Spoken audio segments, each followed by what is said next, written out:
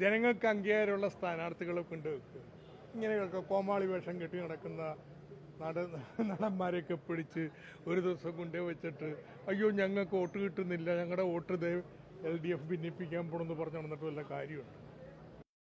ഈ സംസ്കാരം സമരം ചെയ്താൽ കിട്ടുന്നൊരു കാര്യമല്ല, അത് എളുപ്പത്തിൽ കിട്ടൂല. അപ്പോൾ ഇത്രയും നാടക കലാകാരന്മാർ, KPSC പോലെയൊക്കെയുള്ള ട്രൂപ്പുകളിലെ കലാകാരന്മാർ മൈക്ക് പോലും ഇല്ലാത്തൊരു കാലത്ത് ഒരുപാട് ഉത്സവപ്പറമ്പുകളിൽ പരിപാടികൾ അവതരിപ്പിച്ച് നാടകം നടത്തിയുമെല്ലാം ആ പ്രസ്ഥാനത്തെ അത്രയും മുന്നിലേക്ക് കൊണ്ടുവന്ന ശേഷം ഇവർക്ക് എന്നു മുതലാണ് കലയും കലാകാരനുമൊക്കെ ഇത്രയും കാണാൻ വയ്യാത്ത ആളാകുന്നത്?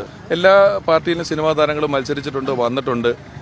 എന്തുകൊണ്ടാണ് അങ്ങനെ പറഞ്ഞതെന്നുള്ളത് എനിക്കറിയില്ല. അദ്ദേഹം വളരെ സീനിയർ ആയിട്ടുള്ള ഒരാളാണ്, എന്നേക്കാൾ മുതിർന്ന ഒരാളാണ്.